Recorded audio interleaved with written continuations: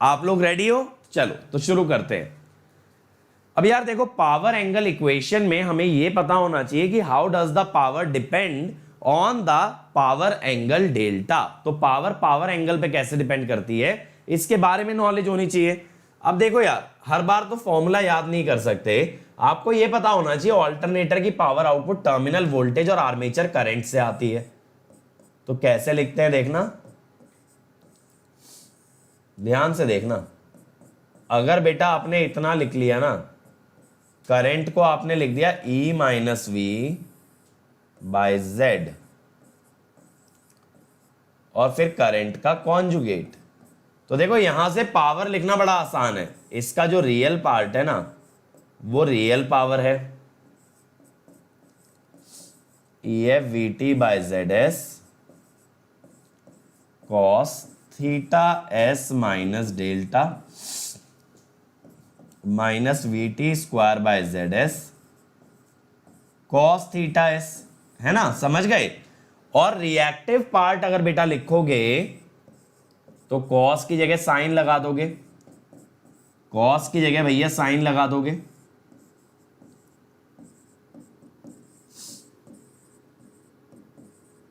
ठीक है, लो भाई लग गया। अब देखो यार, अगर आपको मैक्सिमम पावर चाहिए, अगर आपको मैक्सिमम पावर चाहिए तो एक कोसाइन वाली टर्म 1 करोगे, यानी थीटा एस बराबर delta for maximum P out, for max P out delta बराबर थीटा एस। लेकिन जब डेल्टा बराबर थीटा एस कर दोगे मेरे भाई, तो ये साइन वाली टर्म 0 हो गई, बची बस सेकेंड टर्म। सेकेंड टर्म अगर आप देख पा रहे हो तो नेगेटिव है, तो यानी यहां पे Q out will be negative, जिसका मतलब है कैपेसिटिव लोड। तो आपको मैक्सिमम पावर बेटा कैपेसिटिव लोड पे ही मिल सकती है, इंडक्टिव या लैगिंग पावर फैक्टर लोड पे नहीं मिलती है। तो ये छोटी सी इंफॉर्मेशन याद रखना कि ऑल्टरनेटर या जनरेटर की पावर मैक्सिमम तब होती है जब उस पे लोड कैसा हो, capacitive, and when delta is equal to theta S. Is that clear? तो मैंने आपको तरीका भी बता दिया, आपको बस ये याद रखना है VT और IA से आती है। अगर ये फॉर्मूला नहीं भी याद रख के जाते हो एग्जाम में, then also fine my friend, then also fine, just remember this. और फिर आप डिराइव तो एक ही स्टेप में कर दोगे।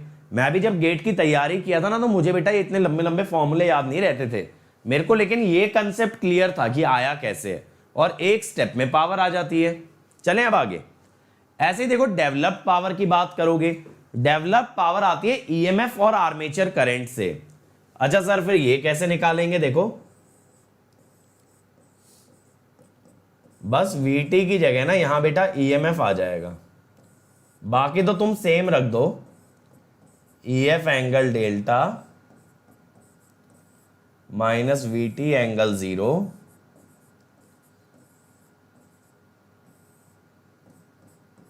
ठीक है, ये आ जाएगा। अब देखो यहां से रियल पावर कैसे आएगी, EF square by ZS cos theta S. ठीक है, क्योंकि देखो कॉन्जुगेट में माइनस डेल्टा बनेगा और ये प्लस डेल्टा, माइनस डेल्टा और डेल्टा हो गया 0।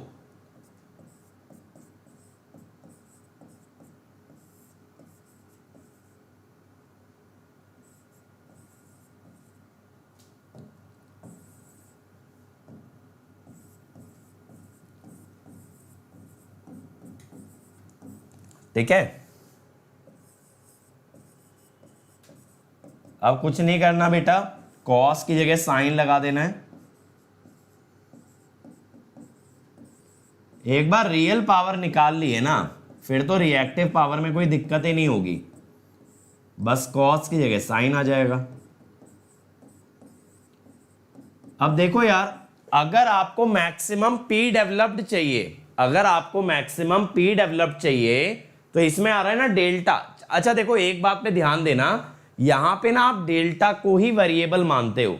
हम ये कहते हैं power is a function of the power angle delta. तो जब भी मैं आपसे बात करूं बेटा मैक्सिमम आउटपुट पावर क्या होगी, मैक्सिमम डेवलप पावर क्या होगी, तो आप बात करोगे in terms of delta, in terms of delta. तो मैं कहता हूं मैक्सिमाइज करने के लिए ना पावर को, अगर ये cos -1 आ जाए तो ये माइनस माइनस क्या हो जाएगा, प्लस। तो यानी कि for maximum P developed, for max P developed theta S plus delta is actually equal to 180 degree. ठीक है, तो यहां से मैक्सिमम पावर आ गई। अब दूसरी बात यहां पे ध्यान देने वाली क्या है, आप EF और VT को पर फेज रखेंगे तो यहां से आपके पास पर फेज पावर आएगी। फिर टोटल 3 फेज पावर के लिए ना बेटा 3 से मल्टीप्लाई कर देना। तो मैं क्या बोल रहा हूं, EF and VT are per phase, तो ये जो पावर आती है that is also per phase. फिर आपको ना इसे 3 से मल्टीप्लाई करना पड़ेगा in order to find the total 3 phase power. Moving on, अब बात आती है यार स्टेबिलिटी की। तो स्टेबिलिटी की बात कैसे निकालते हैं या स्टेबिलिटी कैसे जज करते हैं, अगर पावर का स्लोप, कौन सी पावर, पी आउट का, अगर पी आउट का स्लोप डेल्टा के रिस्पेक्ट में पॉजिटिव होगा then the system would be stable. तो हम कहेंगे del P out by del delta must be greater than 0। अब ये del P out by del delta कितना होता है, अभी बेटा फॉर्मूला निकाला था, ये ऐसे आएगा, कॉस था ना तो उसका डेरिवेटिव साइन आ जाएगा, जिसका मतलब delta must be less than theta S. ठीक है, delta must be less than theta S. तो अगर बेटा डेल्टा की वैल्यू सिंक्रोनस इंपिडेंस के एंगल से छोटी हो, थीटा एस क्या है, ZS का एंगल है, ZS क्या है, जनरेटर की इंपिडेंस है RA प्लस JXS। तो बेसिकली बेटा ये थीटा एस जो है ना, this is tan inverse XS by RA। ठीक है, तो इससे अगर छोटा होगा डेल्टा then the system would be stable, del P out by del delta. Is that clear? ठीक है, अब आगे बढ़ते हैं। स्टेबिलिटी का बेसिक सा कंडीशन याद रखना यार, मैं आपको और थोड़ा सा इंफॉर्मेशन दे देता हूं यहां पे कि अगर delta less than theta S है then it would be stable, delta equal to theta S है then it is marginally stable,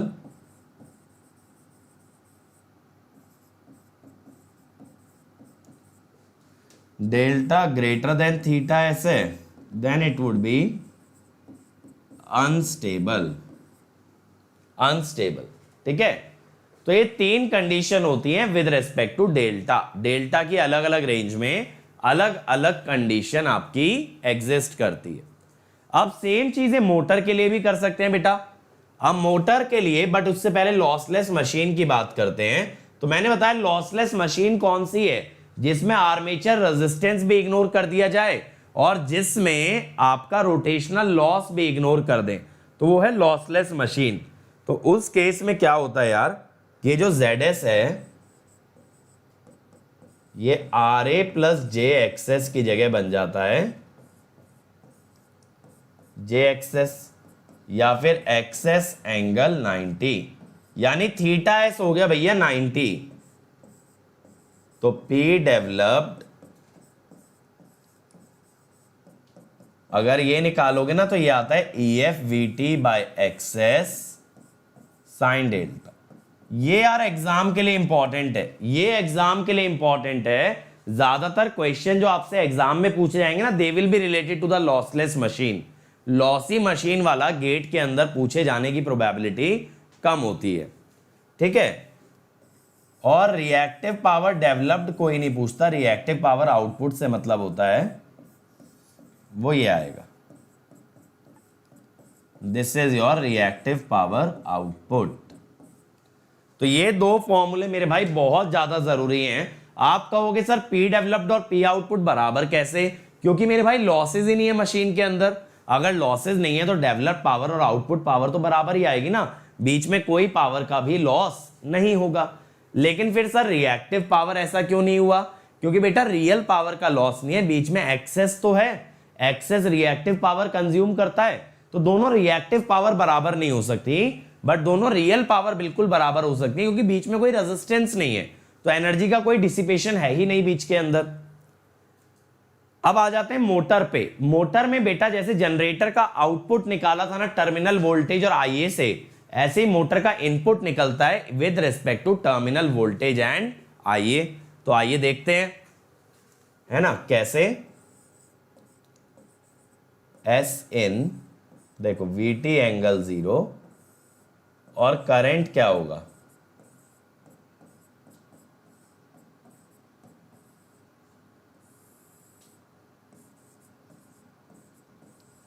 ये हमारा करंट हो जाएगा भाई, ठीक है। यहां पे रियल पावर इनपुट क्या होगा,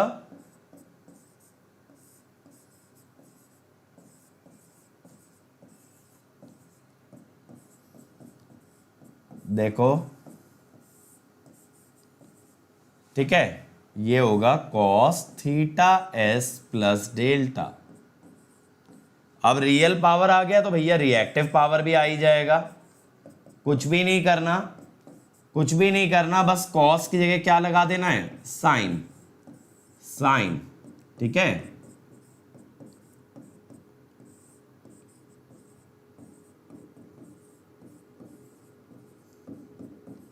ये लग गया। अब बेटा अगर आपको इनपुट पावर मैक्सिमम करनी है, अगर आपको इनपुट पावर मैक्सिमम करनी है तो आप जो है ना ये कॉस की टर्म को -1 कर दो, समझ गए, कॉस की टर्म को -1 कर दो, ताकि माइनस माइनस वो हो जाए प्लस, और प्लस वाली वैल्यू इसके अंदर हो जाए ऐड हो जाए value rather than being subtracted. So that is how you will find the input power. Input power ऐसे निकाली जाएगी।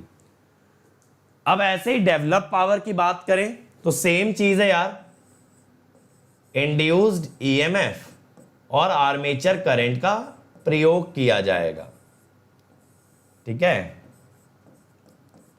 देखो समझ में आ रहा है ना सभी लोगों को, ये बताओ मुझे, सभी लोगों को क्लियर हो रहा है?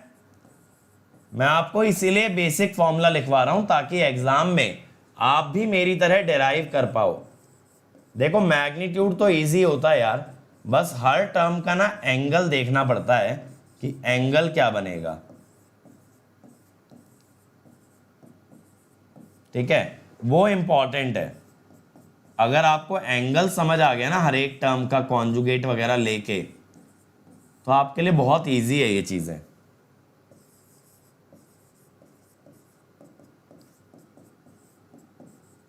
और भाई देखो मैं तो एग्जाम में ऐसे ही करता था, अब आपके ऊपर है आपको ये सारे एक्सप्रेशन रट के जाने हैं या एग्जाम में एक स्टेप में निकालना चाहते हो। जो चीज आपको ज्यादा कन्वीनियंट लगे वो करो। रटने में बस एक प्रॉब्लम लगती है मुझे कि एग्जाम में जाके जब यार एक बार के लिए कंफ्यूजन आता है ना, एग्जाम का प्रेशर आता है, तो ये सारे फॉर्मूले ना दिमाग से ओझल होने लगते हैं, मतलब ये चीजें फेड आउट होने लगती हैं। और जब ये सब फेड आउट होने लगता है ना, तब वो पेपर उतना ही टफ लगने लगता है। तो वैसा कभी होना नहीं चाहिए आइडियली। अब देखो यार यहां से भी अगर मैक्सिमम पी डेवलप्ड की बात करोगे तो delta would be equal to theta S. Cos की टर्म को 1 कर दो। अब आप कहोगे सर कहीं -1 कर रहे हो कहीं 1। बेटा देखा अगर प्लस में है तो मैं उसे 1 कर रहा हूं ताकि पॉजिटिव रहे, और माइनस में है अगर वो टर्म तो मैं -1 कर दे रहा हूं ताकि वो सब्ट्रैक्शन की जगह एडिशन में बदल जाए, सब्ट्रैक्शन की जगह वो एडिशन में बदल जाए, और कुछ भी नहीं है। बट ये ध्यान रखना है वेरी डेल्टा को ही करना है। Delta is the variable, power angle is the variable, ठीक है। चल अब अगेन देखो लॉसलेस मशीन आ गई, तो बेटा यहां पे भी आपका ZS क्या हो जाएगा, JXS या एक्सेस एंगल 90 डिग्री। अगर ऐसा हो गया मेरे भाई तो यहां से आपका P डेवलप्ड और P इनपुट बराबर हो जाता है। जैसा मैंने बताया ना, ये इंपॉर्टेंट है, एग्जाम में यही फॉर्मूला ज्यादा चलता है। और देखो ये जनरेटर वाला ही आता है एकदम, और मोटर की इनपुट रिएक्टिव पावर आती है जनरेटर से जस्ट उल्टी। जनरेटर में EF cos delta minus VT आया था ना, यहां VT minus EF cos delta आता है, जस्ट उल्टी हो जाती है। क्यों? क्योंकि जनरेटर की रिएक्टिव पावर बाहर जा रही थी, मोटर की अंदर आ रही है, तो डायरेक्शन पलट जाने से बस ये समझ लो माइनस से मल्टीप्लाई हो गई, बस एक माइनस से मल्टीप्लाई हो गई, और कोई चेंज नहीं आया जनरेटर और मोटर की रिएक्टिव पावर में। Is that clear? ठीक है, यहां तक समझ आया सबको? देखो हमने पावर एंगल इक्वेशन कितना इजीली निपटा दिया है। पावर एंगल इक्वेशन बेटा हमने बहुत इजीली निपटा दिया है, और आपको ये बेसिक आइडिया लग गया होगा कि जनरेटर मोटर के अंदर कोई भी पावर अगर निकालनी है, सिलेंड्रिकल मशीन चल रहा है तो सिलेंड्रिकल मशीन में अगर कोई भी पावर निकालनी है, निकालना कितना इजी है, जस्ट आपको करंट और वोल्टेज सही चूज करना है, देन VI कॉन्जुगेट। और एक बात जो मैंने याद रखने के लिए बताई है, वोल्टेजेस पर फेज में रखना, पर फेज पावर आएगी और बाद में उसको 3 से मल्टीप्लाई कर देना। अब आते हैं नेचर ऑफ एक्साइटेशन पे।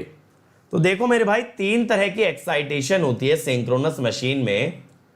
First one is called as under excited. ठीक है, अब ये अंडर एक्साइटेड क्या होता है सर? अंडर एक्साइटेड का मतलब ये होता है यार कि फील्ड करंट इज लो, जिस कारण से फ्लक्स इज लो। तो अगर आपको फ्लक्स कम पड़ रहा है तो आर्मेचर को फ्लक्स बढ़ाना चाहिए। ऐसा सोचो, फ्लक्स अगर मेरी जरूरत से कम है तो आर्मेचर क्या करे? आर्मेचर क्या करे? फ्लक्स बढ़ाने के लिए इट मस्ट बी मैग्नेटाइजिंग। ठीक है, या फिर ऐसा कह सकते हो कि machine must absorb Q from grid. अब आप कहोगे सर ऐसा क्यों? बेटा फ्लक्स बनाने के लिए कौन सी पावर लगती है? रिएक्टिव पावर लगती है। अब मशीन को फ्लक्स कम पड़ रहा है तो उसे अगर और फ्लक्स बनाना है तो it should absorb reactive power. मैं रिएक्टिव पावर लूंगा वो फ्लक्स बनाने के लिए, क्योंकि मुझे फ्लक्स कम पड़ रहा है। जितना मेरे पास होना चाहिए फ्लक्स, जितना मेरे पास फ्लक्स होना चाहिए उससे कम पड़ रहा है, उसे बढ़ाने के लिए और रिएक्टिव पावर लूंगा ताकि और ज्यादा फ्लक्स बना पाऊं। अब ऐसे ही बेटा दूसरा कैटेगरी होता है नॉर्मली एक्साइटेड। लॉजिकली समझते चलना, मुझे ये जो है ना कभी नहीं पढ़ना पड़ता नॉर्मली एक्साइटेड, अंडर एक्साइटेड, क्योंकि लॉजिकल है। तो IF is normal, flux is equal to desired value, flux जितना चाहिए उतना ही है। तो आर्मेचर रिएक्शन ना तो फ्लक्स को घटाए ना तो बढ़ाए, इसीलिए it must be cross magnetising. समझ गए? ना इंक्रीज करेगा ना डिक्रीज करेगा। और जब फ्लक्स उतना है जितना चाहिए तो machine neither absorbs nor delivers Q। भाई जब मेरे पास फ्लक्स उतना है जितना मुझे जरूरत है तो मेरे को और रिएक्टिव पावर की जरूरत ही नहीं है। ऐसे ही बेटा तीसरी कैटेगरी आपकी होती है ओवर एक्साइटेड। ओवर एक्साइटेड, यहां IF इज हाई तो फ्लक्स इज हाई। अगर फ्लक्स जरूरत से ज्यादा है तो इसे आर्मेचर रिएक्शन घटाएगा, तो phi AR would be demagnetising, it would B demagnetising. ठीक है, तो मशीन डिलीवर्स Q। अब आप कहोगे सर आप बात किसकी कर रहे हो, जनरेटर या मोटर? बेटा दोनों के लिए वैलिड है, दोनों के लिए वैलिड है। अब आप कहोगे सर ये मशीन ने डिलीवर क्यों किया? बेटा मेरे पास फ्लक्स ज्यादा है, यानी रिएक्टिव पावर जरूरत से ज्यादा है। फ्लक्स और रिएक्टिव पावर प्रोपोर्शनल होते हैं। तो अगर मेरे पास फ्लक्स जरूरत से ज्यादा है तो मेरे पास रिएक्टिव पावर जरूरत से ज्यादा है, तो क्या करूं, दे देना चाहिए, दान कर देना चाहिए मेरे भाई। जब आपके पास कोई भी रिसोर्स एक्सेस में, आप क्या करोगे, यू विल डोनेट इट। तो सेम चीज मशीन कर रही है कि मशीन के पास क्यू ज्यादा है तो उसने डिलीवर कर दिया, है ना। तो इस तरह से अगर आप समझ के चलते हो, under excited, over excited, normally excited, तो आपको कभी भी दिक्कत नहीं आएगी, क्योंकि हमने रटा कुछ भी नहीं है, हमने एक्चुअल में समझा है एक एक टर्म का मतलब। अब देखो ऑल्टरनेटर की रिएक्टिव पावर के बारे में अगर डिस्कस करें भाई, ऑल्टरनेटर की रिएक्टिव पावर होती है VT bye access EF cos delta minus VT। देखना अब ये पावर वो है जो बाहर जा रही है, आउट लिखा है ना, तो अंडर एक्साइटेड में बेटा ये EF cos delta is less than VT।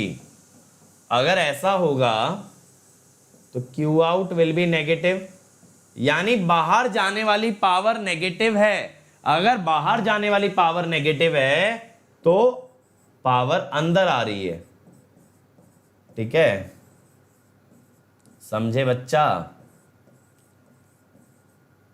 और नेगेटिव रिएक्टिव पावर का मतलब लीडिंग पावर फैक्टर। अब देखो यही तो लिखा था, मशीन एब्जॉर्ब्स क्यू। अगर आउटपुट पावर नेगेटिव है यानी पावर एक्चुअली अंदर आ रही है, तो मशीन एब्जॉर्ब्स क्यू, ठीक है। अब ऐसे ही देखना,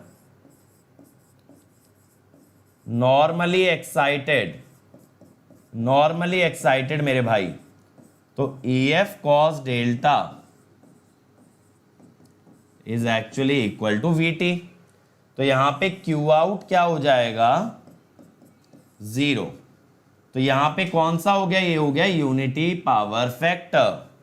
अगर यूनिटी पावर फैक्टर हो गया तो machine neither absorbs nor delivers Q।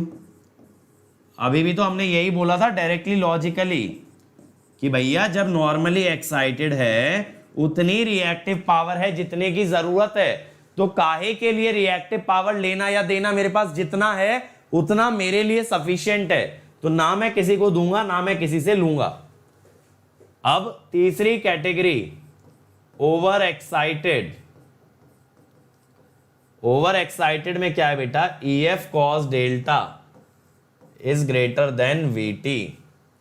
तो यहां पे बेटा Q आउट जो आएगा दैट विल बी पॉजिटिव। अगर आउटपुट पावर पॉजिटिव आ रही है फर्स्ट ऑफ ऑल, तो लैगिंग पावर फैक्टर है, Q ग्रेटर देन 0 पे लैगिंग होता है, और आउटपुट पावर पॉजिटिव है यानी पावर सच में आउटपुट है, यानी कि मशीन डिलीवर्स Q। और देखो यही हुआ था ओवर एक्साइटेड में, हमारा यही आया था, मशीन डिलीवर्स Q, है ना। अब देखो ऐसी मोटर के बारे में बात कर लेते हैं, मोटर में पावर कौन सी देखते हैं, इनपुट। मैंने बताया था ना जनरेटर से उल्टी होती है, ये पावर, ठीक है। इनपुट देखोगे। अब फिर से आ जाओ मेरे बच्चों, सबसे पहले अंडर एक्साइटेड का मतलब है EF cos delta is less than VT। तो input reactive power will be positive, यानी लैगिंग पावर फैक्टर, ठीक है। और यहां पे इसका मतलब हुआ इनपुट अगर पॉजिटिव है तो motor absorbs Q, then normally excited, देखो EF cos delta equal to VT। अब इसमें तो बेटा Q इन हो गया 0, यानी यूनिटी पावर फैक्टर। तो इसका क्या मतलब हुआ, इसका मतलब हुआ motor neither absorbs nor delivers Q, ठीक है। इसीलिए मैंने बोला था, जो मैंने आपको जनरल थ्योरी बताई है, it is applicable for motor as well as generator. और last case over excited, EF cos delta is greater than VT। अगर ऐसा हुआ तो input reactive power is negative, तो ये लीडिंग पावर फैक्टर बना। और अगर इनपुट नेगेटिव है यानी मोटर डिलीवर कर रही है, अगर लेने वाली पावर नेगेटिव है तो मोटर पावर दे रही है, ले नहीं रही है, क्या कर रही है, दे रही है। समझ गए? तो यही चीज जनरेटर में भी फॉलो होती है और यही चीज भैया आपकी मोटर में भी फॉलो होती है। तो under excited, normally excited, over excited, ये कॉन्सेप्ट्स बेटा आपके कॉमन रहेंगे for motor as well as generator. ठीक है, चलो तो इसका फर्स्ट क्वेश्चन ट्राई करो मेरे भाई, फर्स्ट क्वेश्चन ट्राई करो एक बार। यहां लिखा है नॉन सेलिएंट पोल, इसका मतलब है सिलेंड्रिकल। करो एक बार ट्राई।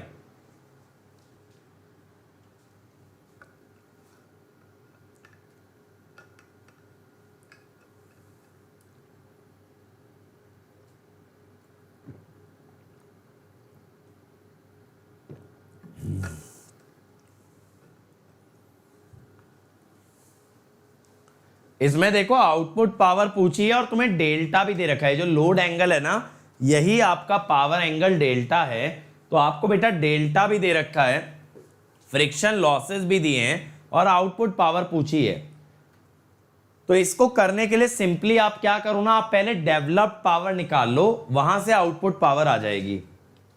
अब आप कहोगे सर डेवलप पावर का फॉर्मूला तो याद नहीं है, तो कोई दिक्कत नहीं है मेरे भाई। देखो डेवलप पावर का फॉर्मूला मोटर के लिए हम निकाल देंगे। और ये ध्यान देना यार, मोटर है या जनरेटर, कई बार बच्चे ना इसमें गलती कर देते हैं। सिंक्रोनस में ज़्यादा क्वेश्चन जनरेटर के आते हैं, बट इक्का दुक्का मोटर का मिल जाता है। अब उस पर हम लोग ध्यान देते नहीं है। देखो ज़रा, इसीलिए तो मैंने आपको बताया ये चीज़ कि यार एग्जाम में अगर ऐसा क्वेश्चन 2 नंबर में आता है तो आपको फॉर्मूला निकालना आना चाहिए। अब देखो जरा, पहले तो ये कनेक्शन पे ध्यान देना भैया, स्टार कनेक्टेड है। मैंने आपको बताया था ना पर फेज वैल्यूज रखना। ईएमएफ है 7 kV और टर्मिनल वोल्टेज है 6.6 kV। तो मैंने पर फेज में कन्वर्ट कर लिया यार। अब देखो मॉड ZS कितना होगा, 2.5 प्लस J15 है ना, यह आएगा 15.207।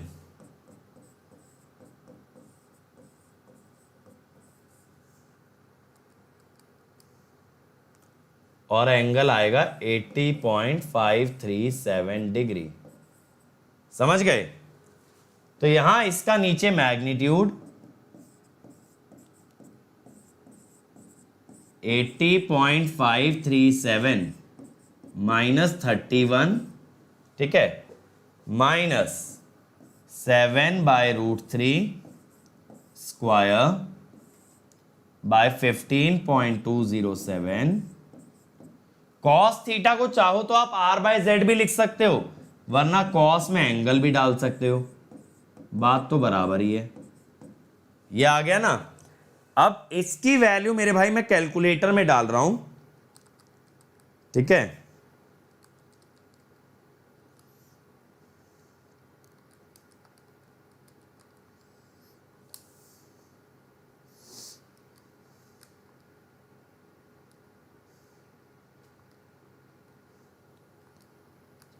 ठीक है, थोड़ा सा विलंब होगा क्योंकि काफ़ी लंबा फॉर्मूला है।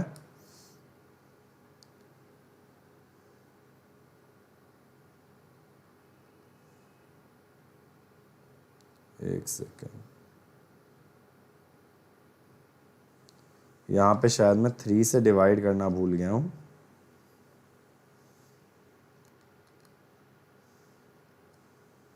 हाँ,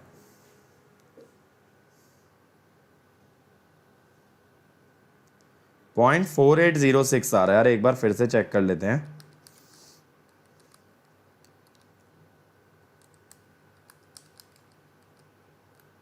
इतना छोटा तो नहीं आना चाहिए, ठीक है।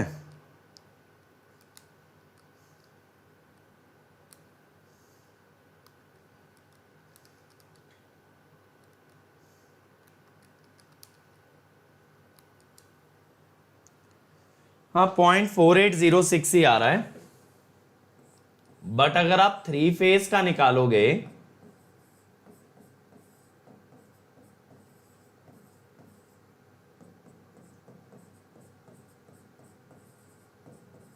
अब आप कहोगे सर मेगा कैसे आ गया, तो बेटा ये देखो ये किलो और किलो है, kilo into kilo is mega. अब फ्रिक्शन लॉसेज आर 10 किलोवाट, तो मैं कहूंगा जो आउटपुट पे पावर जाएगी, ये पावर तो वो है जो इलेक्ट्रिकल से मैकेनिकल गई है। अब मैकेनिकल में जाने के बाद फ्रिक्शन लॉसेज आएंगे, 10 किलोवाट माने 0.01 मेगावाट, तो 1.43 मेगावाट, ठीक है। तो ये हो गया बेटा आपका फाइनली आउटपुट पावर। तो इस तरह के फॉर्मूले आपको रटके नहीं जाने, आप एग्जाम में ऐसे डिराइव कर सकते हो। चलो अगला ट्राई करो भाई, अगला ट्राई करो। क्या बोला है, an alternator with synchronous impedance J1.25 delivers rated current to a infinite bus bar. Find the magnitude of current and power factor for the same excitation just before falling out of step. Falling out of step का यहां पे क्या मतलब है ना, इसका मतलब है losing synchronism, losing synchronism और losing stability, ठीक है, या फिर marginally stable just before falling out of step है ना, यानी जस्ट बिफोर लूजिंग स्टेबिलिटी। तो ये किसकी बात कर रहा है, मार्जिनली स्टेबल। तो मैंने आपको इतना हिंट दे दिया है बच्चों, अब ये क्वेश्चन बनना चाहिए। तो ये मार्जिनल स्टेबिलिटी की बात कर रहा है कि उस टाइम पे कितना करंट और पावर फैक्टर होगा when the system is marginally stable, when the system is your marginally stable system. चलो जल्दी से बना दो यार।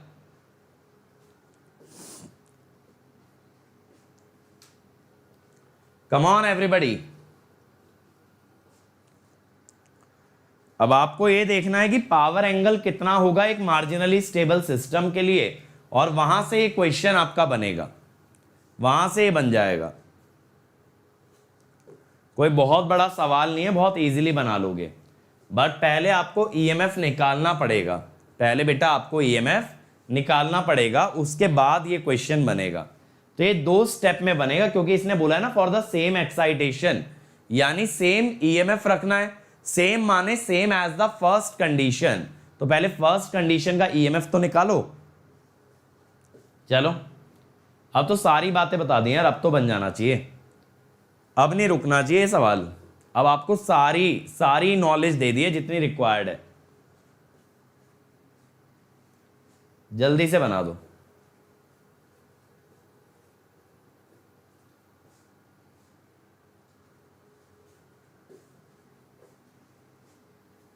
देखें एक बार, देखो इनफाइनाइट बस बार की वजह से VT हो गया 1 एंगल 0। आइए रेटेड दिया है 1 एंगल 0.8 लैगिंग है ना, तो ईएमएफ निकाल लेते हैं यार। ईएमएफ का मैंने आपको स्केलार वाला इक्वेशन करा रखा है ना, तो वही लगाओ। VT cos फाई, RA तो दिया नहीं है, लैगिंग पावर फैक्टर है तो VT sin फाई पॉजिटिव लोगे, और ये जनरेटर ही है तो प्लस IA 1 इंटू एक्सेस 1.25, ठीक है। ZS में देखो ना रियल पार्ट नहीं दे रखा, तो यानी वो बस क्या है, एक्सेस है। अब देखो यहां से अगर EF निकाल दिया जाए मेरे भाई,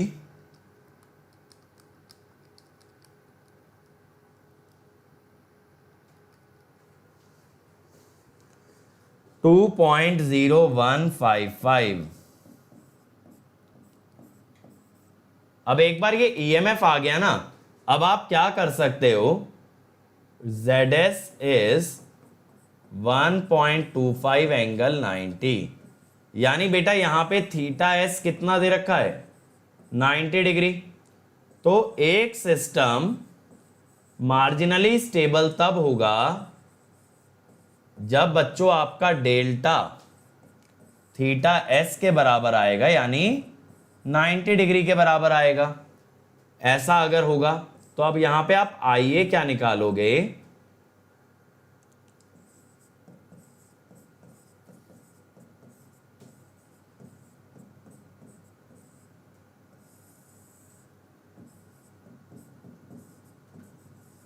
ठीक है।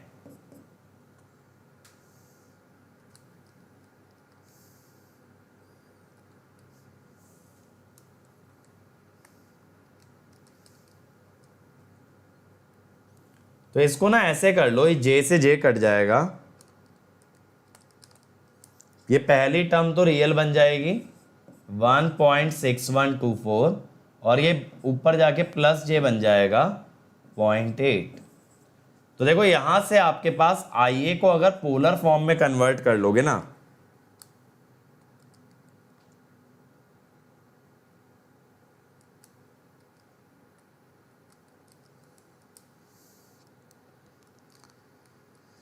तो ये आ जाएगा यार 1.8 एट एन एंगल 26.388। अब देखो इनफाइनाइट बस का एंगल तो 0 है, करंट का आ रहा है 26.388। करंट का एंगल अगर ज्यादा आ रहा है मेरे भाई, तो पावर फैक्टर cos 26.388 लीडिंग आएगा।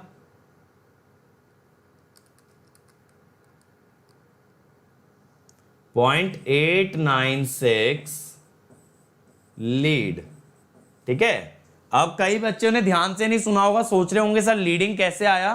तो बच्चों लीडिंग ऐसे आया, वोल्टेज का एंगल देखो 0 था, करंट का पॉजिटिव था, तो current is leading the voltage. तो कौन सा आ जाएगा भाई आंसर, डी, ठीक है, 0.895 लीडिंग। चलो अगला ट्राई करो, अगला ट्राई करो भाई। A turbo alternator having a reactance of 10 ohm has IA at 200 ampere at UPF when running on 11 kV bus bar. Prime mover input is not changed but EMF is raised by 20%. ये जो point लिख रहा है कि prime mover input नहीं बदला, इसका मतलब पावर नहीं बदली, लेकिन EMF 20% बढ़ाया गया है। करो एक बार ट्राई, पावर कांस्टेंट है but EMF has been increase by 20%। और देखो यहां भी बस रिएक्टेंस दी है, यानी लॉसलेस मशीन की ही बात हो रही है अभी भी, तो लॉसलेस मशीन लेके ही आपको करना है भाई। अब यार बना दो इसको, जल्दी से बना दो, इस क्वेश्चन को निपटारा कर दो इसका। चलो आप सब लोग बना सकते हो, इतना नॉलेज बेस अभी आपके पास इकट्ठा हो गया है that this question can be solved easily. चलो भाई, come on everyone.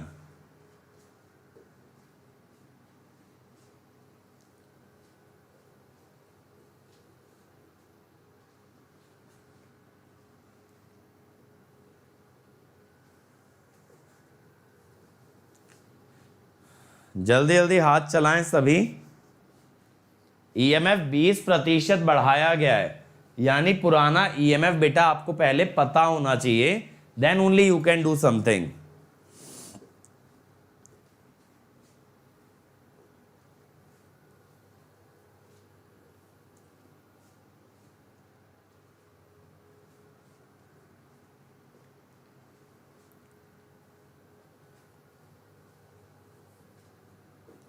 Come on everybody.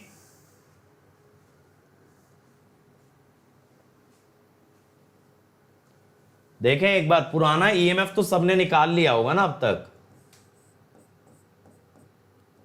मैं सीधे EMF की इक्वेशन लगा रहा हूं।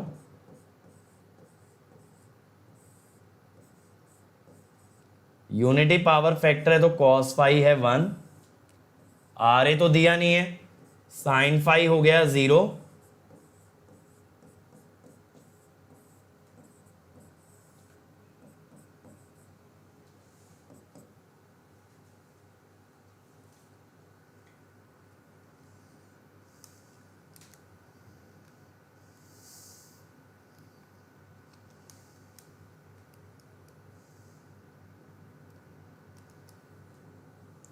तो ये आया बच्चों 6658.328। अब यार देखो, एक लॉसलेस मशीन के अंदर पावर होती है E F V T by XS sine delta, जो कि हमें बोला गया है कांस्टेंट है।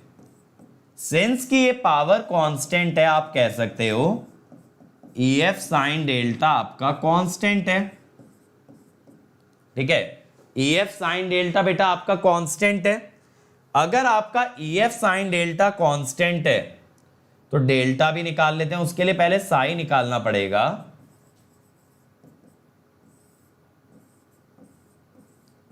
To 2000 by second term by first term करते हैं ना, आपको याद है, second term by first term करते हैं।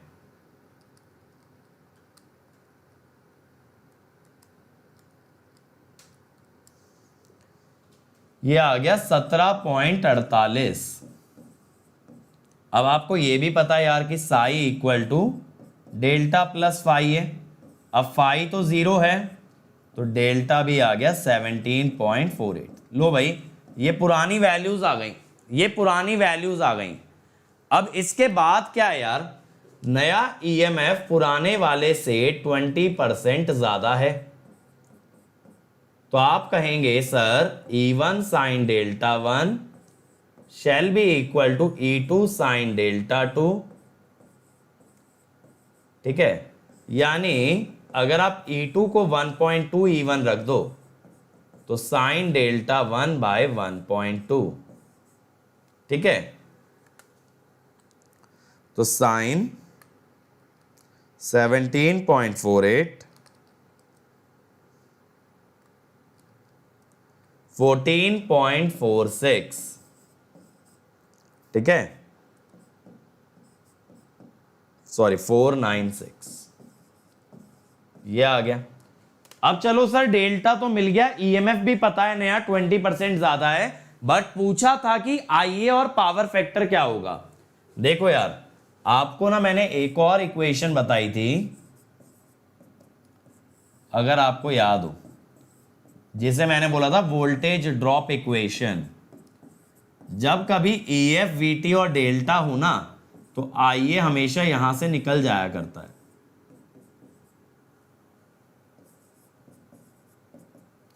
देखो जरा, ईएमएफ क्या डालोगे यार इसके अंदर, पुराने वाले ईएमएफ में 1.2 मल्टीप्लाई करके डालोगे।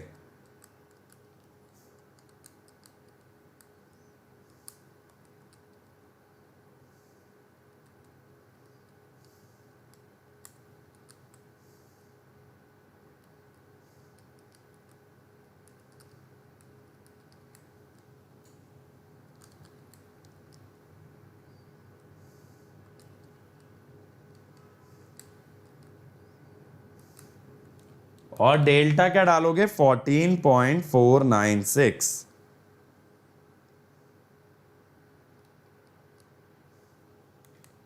और आई ये दे रखा है 10, तो ये आ रहा है मेरे भाई 243.26। मेरा आ रहा है 243.26।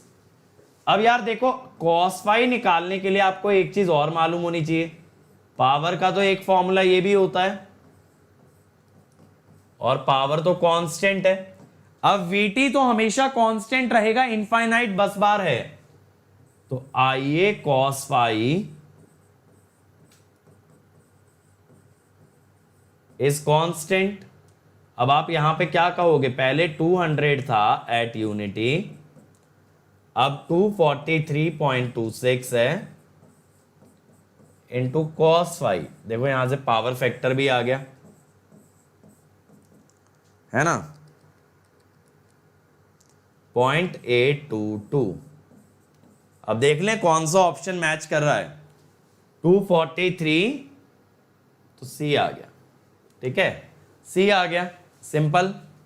क्लियर हुआ किस तरीके से किया है? जब भी बोले प्राइम मूवर इनपुट या steam input is not change, यानी वो रियल पावर के बारे में आपसे बात कर रहा है। ठीक है, अगला ट्राई करो, अगला ट्राई करो, फिर नेक्स्ट टॉपिक पे मूव ऑन करते हैं।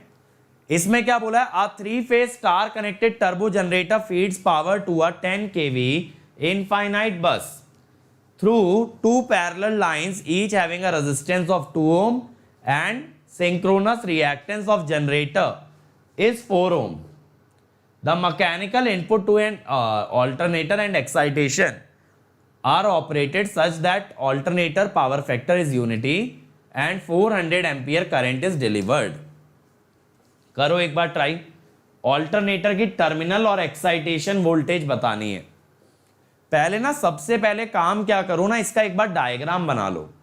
तो अगर मैं आपको डायग्राम बना के दिखाऊं इसका, पावर सिस्टम टाइप बना रहे हैं, सिंगल लाइन डायग्राम।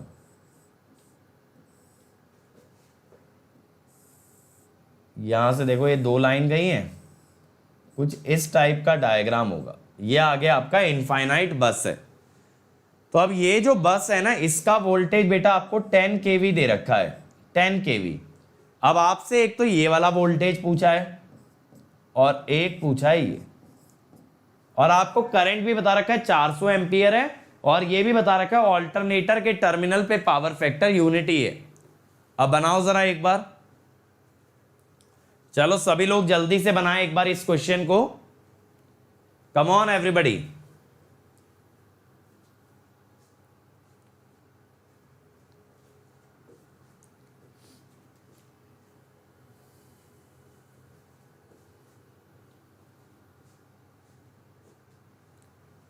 जनरेटर का सिंक्रोनस रिएक्टेंस 4 ओम है और ट्रांसमिशन लाइन का रिएक्टेंस 2 ओम है। तो ये 4 ओम है और यहां हर एक का 2 ओम है।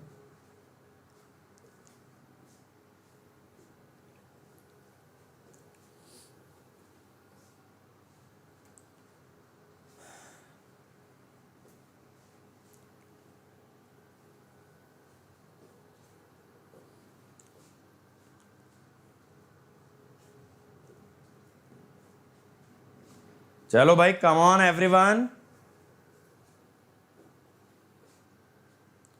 देखें एक बार, देखो ये तो समझ आ गया होगा, 2 और 2 1 होते हैं।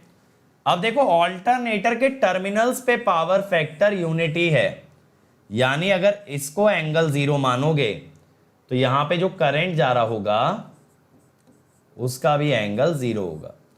अब ऐसा मत करना इनफाइनाइट बस का एंगल 0 मान लो, क्योंकि तब आप ये मान रहे हो कि पावर फैक्टर बस पे यूनिटी है। बस पे यूनिटी नहीं है, जनरेटर के टर्मिनल पे यूनिटी है, यानी इस वोल्टेज का एंगल अगर 0 है तो करंट का एंगल भी 0 होगा। अब मैं क्या कहता हूं, 10 kV/√3 पर फेज में लोगे ना, एंगल थीटा कुछ भी हो, it will be VT angle 0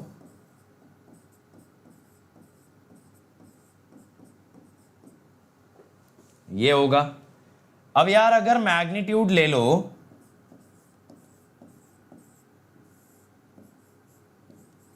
ये A माइनस आयोटा B जैसा हो गया है ना,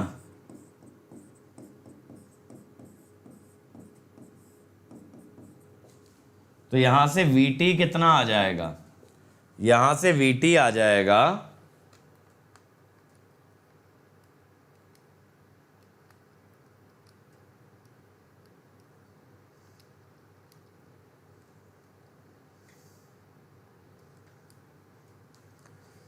5759.63। ये आ गया VT। ठीक है, ये आ गया VT डायरेक्टली। अब VT आ गया तो EMF भी आ ही जाएगा भाई।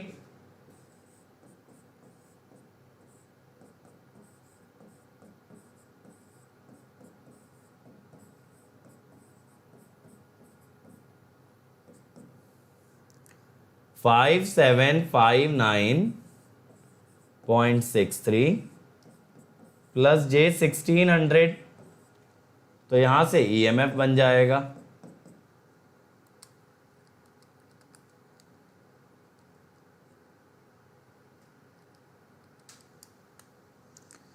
5977.7364। लो भाई, ये आ गया EMF, ये आ गया EMF 5759 और 5977 डी। ठीक है, तो इस टाइप से एक क्वेश्चन बनना था। क्वेश्चन कोई टफ नहीं है, बस आप ये चीज हमेशा ध्यान रखना मेरे भाई कि पावर फैक्टर किस पॉइंट पे गिवन है। जहां पावर फैक्टर गिवन होता है उसी पॉइंट के वोल्टेज और करंट का एंगल देखते हैं, कहीं और का नहीं, उसी पॉइंट पे। चलो अब आगे चलते हैं अगले टॉपिक पे आज के, that is the parallel operation. अब यार देखो, पैरेलल ऑपरेशन में कंडीशन क्या होती है। सबसे पहले ये, जो आप नया जनरेटर पूरी ग्रिड से जोड़ रहे हो उसका टर्मिनल वोल्टेज और ग्रिड का वोल्टेज मैच होना चाहिए। ऐसा सोचो, एक पूरा पावर सिस्टम है, एक बड़ी सी पावर ग्रिड है, इसमें एक नया जनरेटर ऐड कर रहे हो, तो ये जो नया जनरेटर ऐड होगा इसका वोल्टेज और पूरी ग्रिड का वोल्टेज आइडेंटिकल होना चाहिए, that is the first condition. और ये कैसे एंश्योर कर सकते हो? By varying the field current, क्योंकि जनरेटर का IF वेरी करोगे, EF वेरी होगा, तो उसका वोल्टेज भी वेरी करेगा। इसीलिए देखो, मैंने आपको बता भी रखा है, जब क्वेश्चन में ऐसा दिख जाए सिंक्रोनाइज्ड विद एन इनफिनिट बस, अगर ऐसा लिखा दिख जाए तो आप जनरेटर का EMF और बस का वोल्टेज इक्वल मानते हो। जनरेटर का EMF और बस का वोल्टेज इक्वल मानते हो। अगर ऐसा लिखा दिख जाता है that generator is synchronised to an infinite bus. अगला point, frequency of incoming alternator should be slightly higher than the existing system। आप कहोगे लेकिन सर सेम फ्रीक्वेंसी पे चलते हैं ना सिस्टम, आप तो हायर बता रहे हो। बिल्कुल जेन्युइन क्वेश्चन है मेरे भाई तुम्हारा, लेकिन हायर क्यों रखी? क्योंकि जब जनरेटर जुड़ेगा ना सिस्टम से तो जनरेटर पे लोड आएगा, जनरेटर पे जैसे ही लोड आएगा उसकी फ्रीक्वेंसी गिरेगी, तो गिरने के बाद सिस्टम के बराबर आ जाए। सोच के देखो, जब तक जनरेटर सिस्टम से नहीं जुड़ा तो वो नो लोड पे चल रहा है, सिस्टम से जुड़ते ही उस पे आ गया लोड, अगर उस पे लोड आ गया तो उसकी फ्रीक्वेंसी डिक्रीज होगी। फ्रीक्वेंसी अगर डिक्रीज होगी then it should become equal to the system. अगर बेटा आप पहले से ही सिस्टम के बराबर लेके चलोगे तो लोड आते से इसकी फ्रीक्वेंसी गिरेगी, सिस्टम से कम हो जाएगी, सिंक्रोनिज्म लूज हो जाएगा। तो मैं चाहता हूं लोड आने पे बराबर हो, इसलिए लोड आने से पहले ज्यादा रखते हैं। और फ्रीक्वेंसी एडजस्ट करने के लिए कौन काम करता है? स्पीड गवर्नर या प्राइम मूवर। तीसरा होता है phase sequence should be same, यानी अगर एग्जिस्टिंग सिस्टम का सीक्वेंस ABC है तो नए जनरेटर का भी सीक्वेंस ABC होना चाहिए। अब यार ये कंडीशंस मेक श्योर करने के लिए हम लोग पढ़ते हैं सिंक्रोनाइजेशन मेथड, जिसमें मोस्ट इंपॉर्टेंट बेटा आपका होता है डार्क लैंप मेथड। इसमें हम क्या कहते हैं कि इससे पहले जनरेटर को ग्रिड से जोड़ा जाए, ये सिंक्रोनाइजिंग स्विच है जिसको क्लोज करके कनेक्ट हो जाएगा। इससे पहले हम क्या करते हैं? लैंप लगा के रखते हैं, लैंप लगा के रखते हैं। अब लैंप किस तरीके से जल और बुझ रहे हैं, लैंप किस तरीके से ग्लो कर रहे हैं और डार्क हो रहे हैं, इस बेसिस पे डिफाइंड होता है डार्क लैंप मेथड। अब देखो, इसका डेरिवेशन हम कवर नहीं करेंगे, डेरिवेशन देखना है तो कॉम्प्रिहेंसिव कोर्स में जाना। लेकिन यहां पे हम क्या कवर करने वाले हैं कि इसके कॉन्सिक्वेंसेस क्या हैं। अब देखो, अगर सारे लैंप बेटा एक साथ जलते हैं और एक साथ बंद होते हैं, एक साथ ग्लो करते हैं और एक साथ डार्क होते हैं, तो हम क्या कहते हैं? फेज सीक्वेंस इनकमिंग जनरेटर और एग्जिस्टिंग सिस्टम का सेम है। अगर तीनों लैंप एक साथ जले और एक साथ बुझ गए, फिर जल गए, फिर बुझ गए, एक साथ अगर ये काम हो रहा है तो इसका मतलब क्या है? That the phase sequence is same. ठीक है, लेकिन बच्चों अगर एक एक करके पहले एक जला या एक बुझा, फिर दूसरा, फिर तीसरा, इस तरह से जाएंगे तो फेज सीक्वेंस अपोजिट होता है। तो यानी लैंप्स को देखना है, लैंप एक साथ बंद और चालू हो रहे हैं या एक एक करके हो रहे हैं, तो फेज सीक्वेंस इज ऑपोजिट। अब इसके अंदर भी देखो, इसके अंदर भी सब पॉइंट, अगर सीक्वेंस ऐसा है तब जनरेटर की फ्रीक्वेंसी बस से ज्यादा होती है। अगर सीक्वेंस ऐसा मिल जाए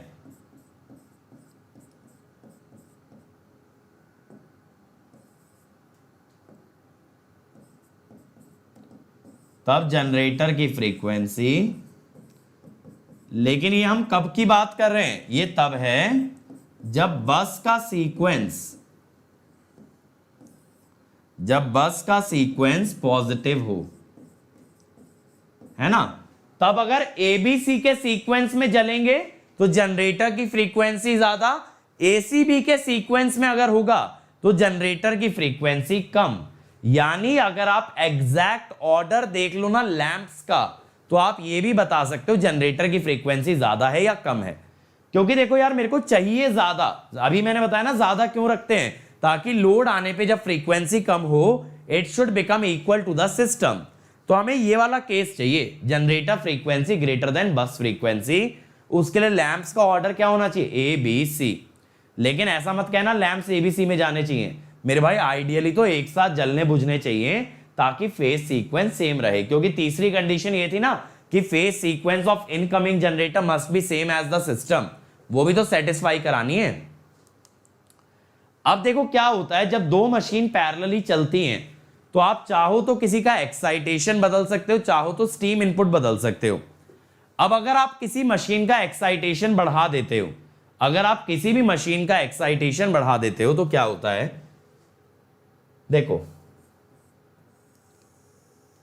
मान लो एक मशीन है जिसका एक्साइटेशन है E1, दूसरी मशीन है E2, तो इन दोनों का जो डिफरेंस होता है ना यार, उसको बोलते हैं ESY, सिंक्रोनाइजिंग EMF, और उससे लैगिंग एक करंट फ्लो करता है ISY। ये ISY क्या है, सिंक्रोनाइजिंग करंट, या ये हो जाता है सर्कुलेटिंग करंट। दोनों मशीन के बीच में गोल गोल घूमता रहेगा, ठीक है। अब ये देखो, ये वोल्टेज से 90 डिग्री पे, यानी रिएक्टिव पावर होगी। जब वोल्टेज और करंट के बीच का एंगल 90 है तो रिएक्टिव पावर होगी। आप कहोगे सर ये ISY कैसे निकलता है, देख लो मेरे भाई, E1 minus E2 bye J X1 plus X2। तो ये दोनों मशीन के बीच में ना घूमता रहता है करंट, दोनों मशीन के बीच में सर्कुलेटिंग करंट है, लेकिन ये वोल्टेज से 90 डिग्री पे है, इसीलिए यहां किसकी बात होती है, रिएक्टिव पावर की। तो हम कहते हैं जब जैसे मान लो E1 बढ़ा दिया तो मशीन 1 रिएक्टिव पावर देने लगेगी, किसको, मशीन 2 को। Machine 1 delivers reactive power to machine 2। अब जो रिएक्टिव पावर दे रही है उसका आर्मेचर रिएक्शन होगा डीमैग्नेटाइजिंग, उसके वोल्टेज को कम करने की कोशिश करेगा, और जो रिएक्टिव पावर ले रही है उसका आर्मेचर रिएक्शन है मैग्नेटाइजिंग, वो वोल्टेज बढ़ाने की कोशिश करे। और ये मैंने आपको भी बताया भी था, अंडर एक्साइटेड ओवर एक्साइटेड में जिसका EMF ज्यादा है वो हो गई ओवर एक्साइटेड, तो वो तो रिएक्टिव पावर देगी और उसका आर्मेचर रिएक्शन डीमैग्नेटाइजिंग बनेगा। जिसका EMF छोटा है वो हो गया अंडर एक्साइटेड, वो रिएक्टिव पावर लेगा और उसका आर्मेचर रिएक्शन मैग्नेटाइजिंग बनेगा। तो आर्मेचर रिएक्शन क्या करेगा, ज्यादा वाले EMF को कम करने का ट्राई करेगा और कम वाले को बढ़ाने का ट्राई करेगा, ताकि वापस से दोनों EMF को क्या कर दे, बराबर। तो ये जो ISY करंट फ्लो कर रहा है, it tries to make the EMF equal, it again tries to make the EMF equal, और इसीलिए इसे बोला synchronising current, because it tries to bring the machines into synchronism, machines को सिंक्रोनाइज करने की कोशिश करता है, and that is the behaviour of ISY। Clear हुआ।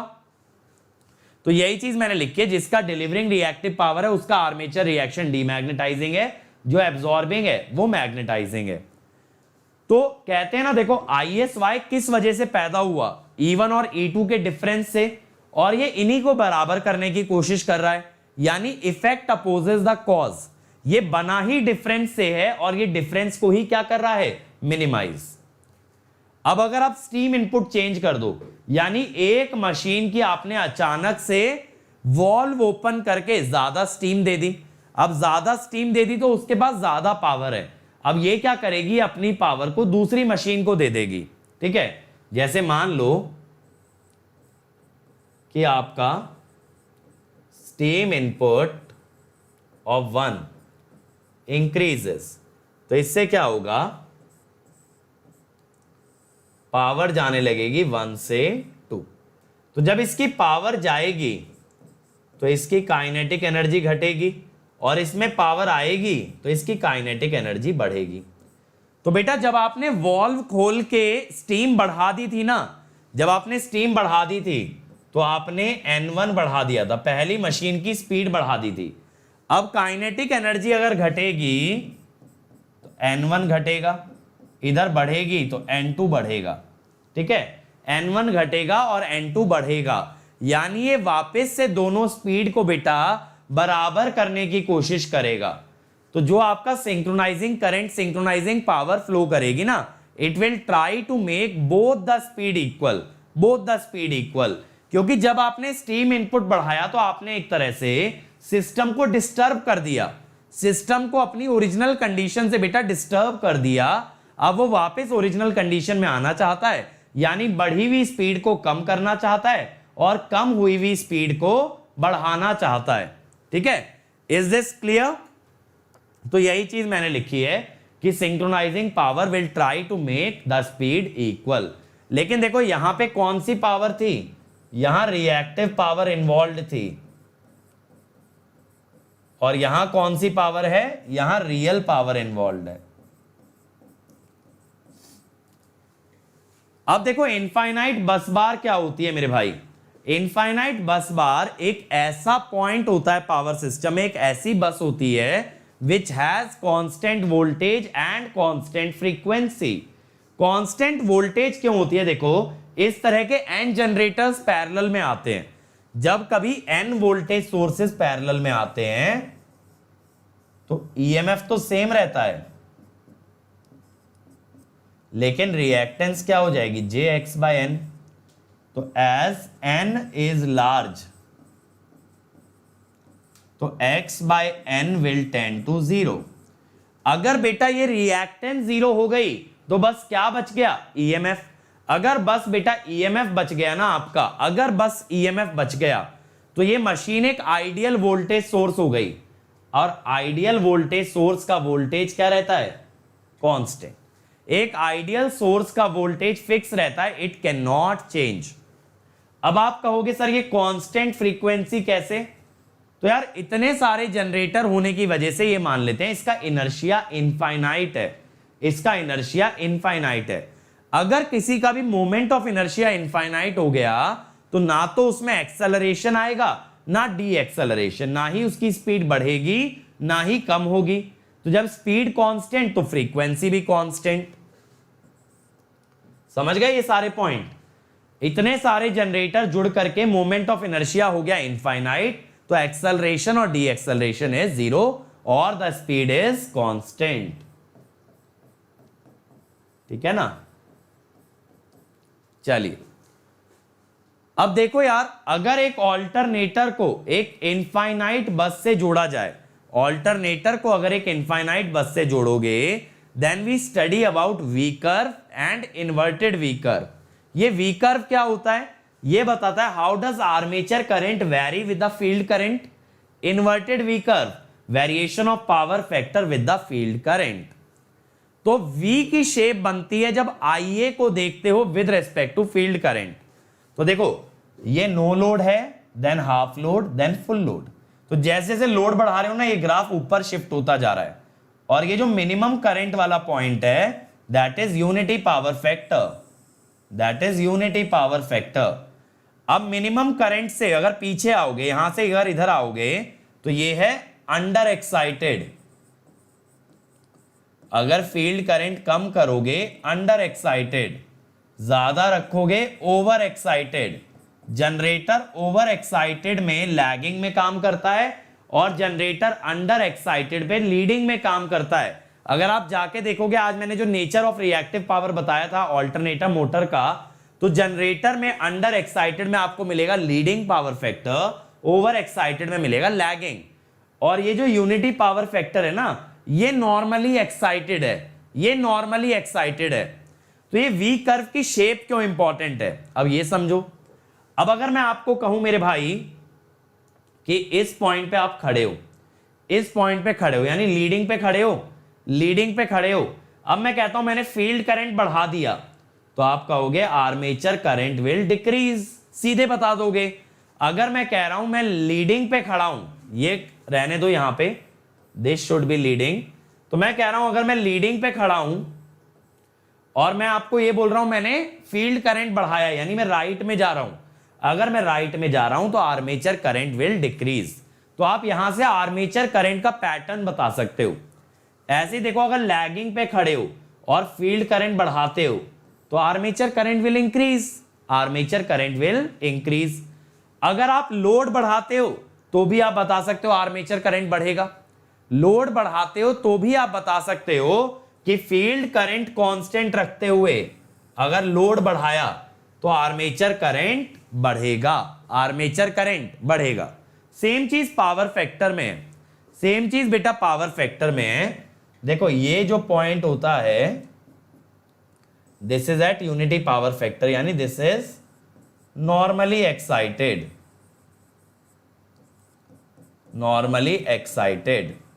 अब इसके पीछे है अंडर एक्साइटेड, इसके पीछे है बेटा अंडर एक्साइटेड, इसके आगे है बेटा ओवर एक्साइटेड, ओवर एक्साइटेड। अब यहां पे क्या होगा, ये जो नॉर्मली एक्साइटेड वाला पॉइंट है ना, अगर आप लोड बढ़ाते जाओगे तो ये नॉर्मल एक्साइटेशन ज्यादा फील्ड करंट पे मिलेगी। यानी जैसे IA का कर्व ऊपर शिफ्ट हो रहा था, पावर फैक्टर का कर्व राइट में शिफ्ट होता है, राइट में शिफ्ट होता है। और इसका फायदा क्या है, यहां से बेटा आप ये जान सकते हो कि how does power factor very with a field current. देखो जैसे मैंने लीडिंग पे बोल दिया कि मैं IF बढ़ा रहा हूं, तो आप ये जान जाओगे कि पावर फैक्टर बढ़ेगा। अगर मैंने बोल दिया लैगिंग पे IF बढ़ा रहा हूं, तो आप जान गए पावर फैक्टर कम होगा, इस वे में। और लोड बढ़ाओगे मेरे भाई, अगर लोड बढ़ाओगे, देखो अगर लोड बढ़ाओगे तो पावर फैक्टर कम होता चला जाएगा, है ना, पावर फैक्टर कम होता चला जाएगा। समझ में आ रही है बात? तो that is how you can analyze what happens by changing the load और what happens by changing the field current. Motor में भी सेम है, बस मोटर में क्या डिफरेंस है, लीडिंग और लैगिंग एक्सचेंज हो गए, सब कुछ सेम है बेटा, बस यहां पे क्या हो गया लैगिंग और यहां पे क्या हो गया लीडिंग। ठीक है, यहां पे क्या हो गया लीडिंग और ये प्लस क्यू डिलीवर्ड, यहां पे भी जो है ना दिस विल बी डिलीवर्ड। समझ गए? तो सेम चीज है, एग्जैक्टली सेम है, बस लीडिंग लैगिंग एक्सचेंज हो जाता है in case of motor generator. Generator over excited पे लैगिंग होता है और मोटर ओवर एक्साइटेड पे लीडिंग होती है। अब देखो इस पे क्वेश्चन, एक बार ये वाला क्वेश्चन देखो क्या बोल रहा है। A three-phase synchronous generator is connected to infinite bus. The lamps are connected as shown in the figure for synchronization. Phase sequence of bus voltage is RYB and that of incoming generator is RYB. It is found that lamps are becoming dark, not back, dark in the sequence LA, LB, LC. It means that the phase sequence of incoming generator, अगर बेटा lamp एक एक करके dark हो रहे हैं तो phase sequence opposite आएगा। ठीक है, तो कौन सा हो सकता है, या तो ए या तो बी। अब सीक्वेंस देखो ए बी सी है, तो किसकी फ्रीक्वेंसी ज्यादा, जनरेटर की, जनरेटर की, तो answer will be A, generator frequency will be more than the infinite बस। ये गेट 2014 में क्वेश्चन पूछा गया है। तो अब देखो अगर बेसिक पॉइंट आप याद रखते हो तो कितना इजीली इसका आंसर दे पाओगे। ठीक है, अब एक सेकेंड यार,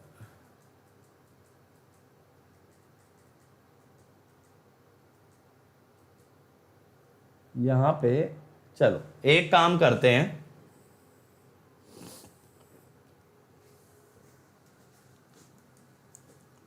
आई डोंट नो हाउ, यहां पे कोई स्लाइड मिस हो गई है। यहां मैं आपको बताने वाला हूं ड्रूप को लेके, ड्रूप के बारे में मैं आपसे डिस्कस करने वाला हूं।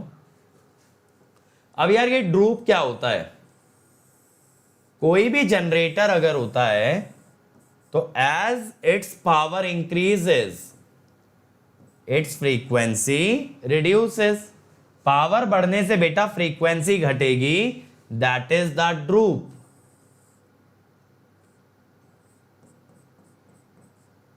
तो 0 पावर पे एफ नो लोड और मैक्सिमम पावर पे एफ फुल लोड। अब अगर आपको इस स्ट्रेट लाइन में बेटा किसी भी पॉइंट पे फ्रीक्वेंसी जानना है, मान लो एफ, तो उसके लिए ना इक्वेशन ऐसे बनती है। तो ड्रूप में ना आपको ये इक्वेशन याद करनी पड़ेगी, ये इक्वेशन जो है ना सिमिलर ट्रायंगल से आई है, या ये कह सकते हो स्ट्रेट लाइन की इक्वेशन से आई है। अब ड्रूप किसे कहते हैं, ड्रूप ये होता है no load frequency minus full load frequency by rated frequency. अब जब समझना है ना रेटेड फ्रीक्वेंसी क्या है, generally F full load is F rated. Generally full load frequency ही रेटेड फ्रीक्वेंसी होती है। अब देखो ऐसा क्यों होता है, जब कभी जनरेटर पे लोड बढ़ता है ना तो उसके रोटर की स्पीड गिर जाती है। अगर बेटा रोटर की स्पीड गिर गई तो जनरेटर की फ्रीक्वेंसी भी गिर जाएगी, that is what is called as the droop. अब इस पे क्वेश्चन कैसा आता है ये देखो, the following two synchronous machines are operating in parallel. Machine 1 5% speed regulation, ये ड्रूप ही दे रखा है। Machine 2 2% speed regulation. Determine the load taken by each machine for a total of 100 megawatt when the speed changers are set to give rated speed eight 100% output. कहने का तात्पर्य यह है कि रेटेड फ्रीक्वेंसी 100% या फुल लोड पे मिलेगी। Rated frequency will be obtained at full load. तो ये यहां पे ये कहना चाह रहा है F full load is F rated. ठीक है, इसको कुछ बोल देते हैं, एफ नॉट बोल देते हैं। चलो अब यार देखो, ये जो स्पीड रेगुलेशन दिया है ना, इससे आप नो लोड फ्रीक्वेंसी निकाल सकते हो मशीन की। 5% चेंज आना चाहिए ना, तो नो लोड वाली 5% ज्यादा होगी फुल लोड से। दूसरी मशीन में 2% चेंज आना चाहिए। ये जो परसेंटेज है ना, ये परसेंटेज चेंज है, कितना परसेंटेज चेंज आना चाहिए। अब देखो आप क्या करोगे, P1 no load frequency F no load minus full load into इसकी जो रेटिंग है दैट इज 60।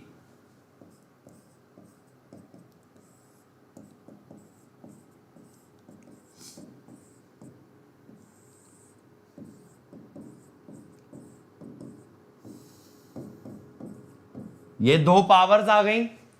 अब बेटा ये बोला है कि टोटल लोड कितना है 100। तो अब मैं क्या कहता हूं, सिंपल सवाल होते हैं इसके, कोई बड़ी बात नहीं है इस तरह के क्वेश्चंस को सॉल्व करना। टोटल लोड है 100, तो ये वैल्यू डाल दो ना मेरे भाई।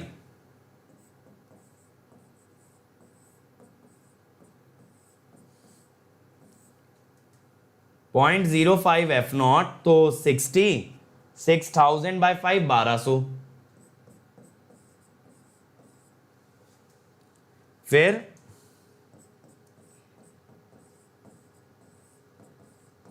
60 बाय .02, तो 6000 बाय 2 3000।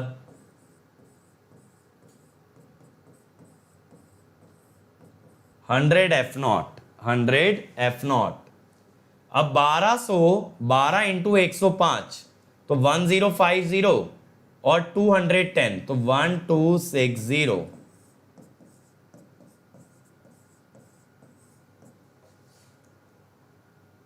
306 3060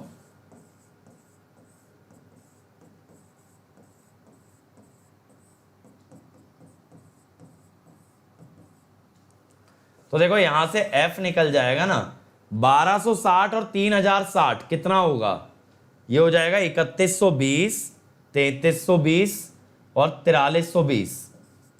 100 सब्ट्रैक्ट करोगे फिर 4200। ठीक है, ये आ गया। अब ये वैल्यू मेरे भाई जब इसके अंदर डाल दोगे इस फॉर्मूले में, पहले तो ये मैं निकाल के बता देता हूं आपको।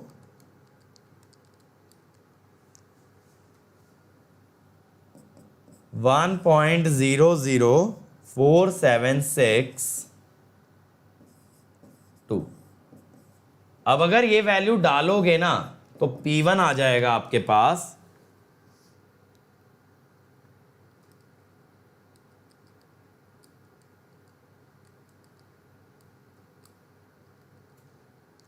54.28। ये आ गया। बची हुई पावर P2 हो जाएगी, तो ये कितनी हो जाएगी 45.72 मेगावाट। तो आंसर आ गया। क्लियर हुआ कैसे करते हैं ड्रूप का question? It's time to experience something glorious. Unacademy Combat. Compete, crack, conquer. A challenging gate contest engineered to give you an experience like none other. Where you put your knowledge to test. And battle it out with a test. To bring out the best in you, Unacademy Combat is the most competitive, gamified contest for gate till date, with the best of the questions by best educators. With detailed video solutions from top educators right after each contest. Combat live with peers to get real-time rankings and win big. Participate in every contest to improve your ratings. Challenging contests every fortnight or alternate Sunday. Live ranking after every question. Big rewards for top rankers. Your passion to crack gate deserves this. Your hard work towards your dream deserves this. Fuel your inner fire for the ultimate gate challenge. Unacademy Combat. Register now.